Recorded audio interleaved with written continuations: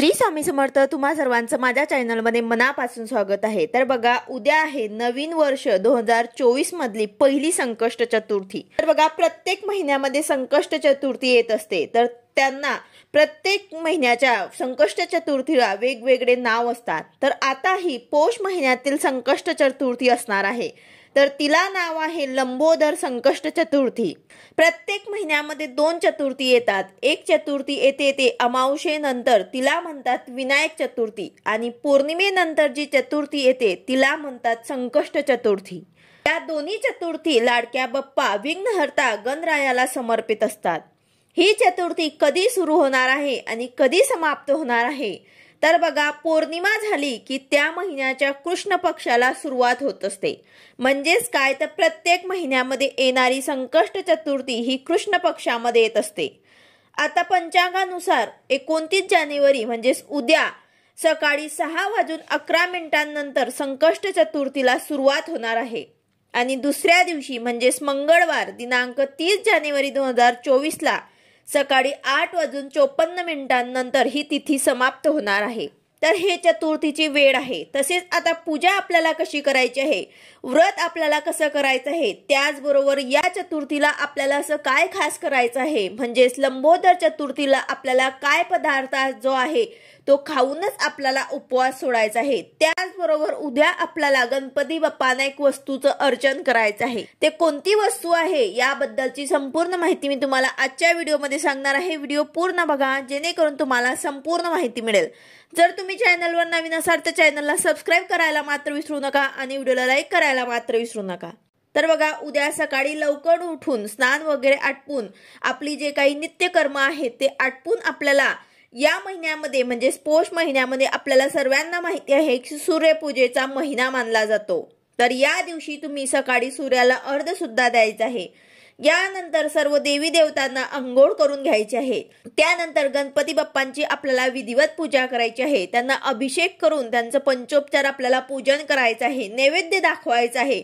तसेच पौष महिना असल्यामुळे तिळाला खूप महत्व आहे, तर तुम्ही तीळ आणि गुळ हा नैवेद्य आवर्जून तुम्हाला उद्याच्या दिवशी दाखवायचा आहे। तसेच फळं सुद्धा तुम्हाला नैवेद्यामध्ये ठेवायचं आहे। जर तुमच्या देवघरामध्ये जागा लहान असेल तर तुम्ही वेगळी मांडणी सुद्धा करू शकतात। तर बघा, उद्या संकष्ट चतुर्थीला आपल्याला गणपती बाप्पांना एक वस्तूचं अर्चन करायचं आहे, ते म्हणजे तीळ। आपल्या सर्वांना माहिती आहे की या महिन्यामध्ये तिळाला किती महत्व आहे, हे सर्वांनाच माहिती आहे। तर एका वाटीमध्ये आपल्याला पांढरे तीळ घ्यायचे आहे, आणि ते तीळ आपल्याला चिमूटभर, जसं आपण कुंकुमार्चन करत असतो तसंच आपल्याला चरणांपासून तर मस्तकांपर्यंत आपल्याला हे तीळ जे आहे ते आपल्याला व्हायचं आहे। अभिषेक करताना किंवा मग आपण देवीला कुंकुमार्चन करतो त्याच पद्धतीने आपल्याला गणपती बाप्पांना तिळाचं अर्चन करायचं आहे। कुंकू जसे वाहतो त्याचप्रमाणे आपल्याला तीळ व्हायचे आहे। एका प्लेटमध्ये तुम्ही गणपती बाप्पांची मूर्ती ठेवून त्यावर आपल्याला हे व्हायचे आहे। आता हे तिळाचे नंतर काय करायचे, तर तुम्ही स्वयंपाकमध्ये हे तीळ वापरू शकतात, किंवा मग जेव्हा संध्याकाळी तुम्ही नैवेद्य बनवणार तर त्यामध्ये तुम्हाला हा तिळाचा वापर करता येईल। त्यानंतर पुन्हा गणपती बाप्पांना जागेवर स्थापन करून हळदी कुंकू अक्षदा फुलं वाहून पंचोपचार पूजा करायची आहे, धूप दीप ओवाळायचा आहे। तसेच पौष महिन्यात जे फळं आणि भाज्या असतात त्यांचा नैवेद्य सुद्धा तुम्ही दाखवू शकतात। गणपती अथर्व शीर्षाचे तुम्हाला पठण करायचे आहे। त्याचबरोबर ओम गण गणपते नमः या मंत्राचा जप सुद्धा तुम्हाला करायचा आहे। त्यानंतर गणपती बाप्पांची आरती करायची आहे। उपवास जो आहे तो आपल्याला दिवसभर करायचा असतो। संध्याकाळी चंद्रोदय झाल्यानंतरच आपल्याला हा उपवास जो आहे तो सोडता येतो। त्यानंतर तुम्हाला गणपती बाप्पांच्या समोर तुम्हाला एक तांब्याभर पाणी ठेवून द्यायचं आहे, आणि ते झाकून द्यायचं आहे। तर ते संध्याकाळी तुम्हाला चंद्रोदय होईल तेव्हा त्या पाण्यामध्ये थोडेसे दूध मिक्स करायचे आहे, आणि त्या पाण्याने तुम्हाला चंद्राला अर्घ्य द्यायचं आहे। त्यासाठी तुम्हाला एक तांब्याभर पाणी जे आहे ते तुम्ही ज्या ठिकाणी पूजा मांडणी केली असेल तिथे तुम्हाला ठेवायचं आहे। तर पंचांगानुसार आपल्या दिनदर्शिकेमध्ये संकष्ट चतुर्थीच्या दिवशी रात्री 9:22 चंद्रोदय होणार आहे। तर या वेळेस आपल्याला चंद्राला अर्घ्य देऊन आपल्याला उपवास जो आहे तो सोडायचा असतो। तर बघा, चंद्राला अर्घ्य देण्यासाठी जे आपण सकाळी तांब्याभर पाणी ठेवलेले होते त्यात तुम्हाला थोडेसे दूध टाकायचे आहे, अक्षदा टाकायची आहे, आणि त्यानंतर तुम्ही थोडीशी साखर त्यामध्ये मिक्स करू शकतात। तर अशा पाण्याने तुम्हाला चंद्राला अर्घ्य द्यायचं आहे। बऱ्याच ठिकाणी जर चंद्राचे दर्शन नाही झाले तरी सुद्धा आपल्याला वेळ माहिती असली तर त्या वेळेस आपल्याला चंद्राला अर्घ्य द्यायचा असतो। चंद्राला अर्घ्य दिल्यामुळे आपल्या कुंडलीतला चंद्र मजबूत होण्यास मदत होत असते। चंद्राला अर्घ्य देताना तुम्हाला ओम सोमाय नमः या मंत्राचा जप करायचा आहे। यानंतर गणपती बाप्पांची पूजा करून कापूर आरती करायची आहे। त्यानंतर नैवेद्य अर्पण करायचं आहे।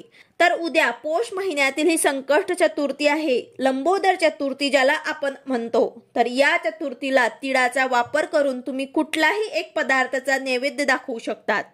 तो पदार्थ खाऊन तुम्हाला उपवास सोडायचा आहे। तर तुम्ही तीळ आणि गुळाची पोळी करून तो नैवेद्य गणपती बाप्पांना दाखवू शकतात। आरती करायची आहे आणि ही पोळी जी आहे ते तुम्हाला खाऊन उपवास सोडायचा आहे।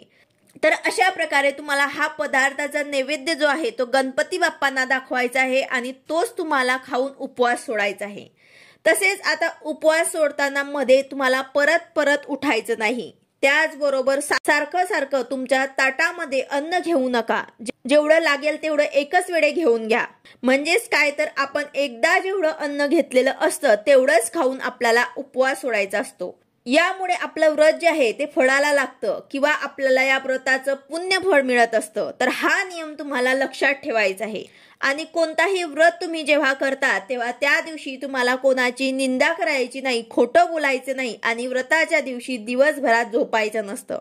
तर अशा प्रकारे तुम्हाला पूजा करायची आहे आणि आवर्जून तुम्हाला उद्याच्या दिवशी गणपती बाप्पांना तिळाचं अर्चन करायचं आहे। त्याचबरोबर तिळाचं कुठलाही तुम्ही पदार्थ बनवू शकतात।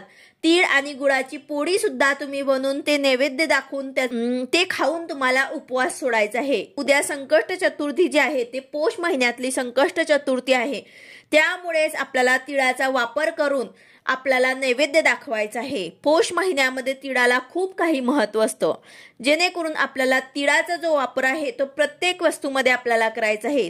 आपण गणपती बाप्पांना कधीही गुळ आणि खोबऱ्याचा नैवेद्य दाखवत असतात, तर त्यामध्ये सुद्धा तुम्हाला चिमूटभर तीळ जे आहे ते घ्यायचे आहे। तर अशा प्रकारे तुम्हाला गणपती बाप्पांना नैवेद्य सुद्धा दाखवायचं आहे। तसेच गणपती बाप्पांना सर्वात प्रिय असणारी फुलं तुम्हाला म्हणजे जास्वंद आणि झेंडूची फुलं जी आहेत ते तुम्हाला अर्पण करायचे आहे। दुर्वाचा वापर सुद्धा गणपती बाप्पांच्या पूजेत करायचा असतो। दुर्वाशिवाय गणपती बाप्पांची पूजा जी आहे ते अर्धवट असते, म्हणून तुम्हाला आवर्जून गणपती बाप्पांना 21 दुर्वाची जी जुडी असते ते आपल्याला गणपती बाप्पांना अर्पण करायचे आहे। आणि त्याचबरोबर आपल्या मुलांकडनं आपल्याला गणपती अथर्वशीर्षाचे पठण सुद्धा उद्याच्या दिवशी आवर्जून करून घ्यायचे आहे। तर अशा प्रकारे आपल्याला उद्या संकष्ट चतुर्थीला योग्य पद्धतीने पूजा विधी करायची आहे आणि या वस्तूंचं आपल्याला अर्चन करायचं आहे आणि तेच वस्तू वापरून आपल्याला नैवेद्य दाखवायचा आहे। व्हिडिओ आवडला असेल तर लाईक करा, शेअर करा, सबस्क्राईब करा। भेटूया अशाच नवीन व्हिडिओ सोबत। श्री स्वामी समर्थ।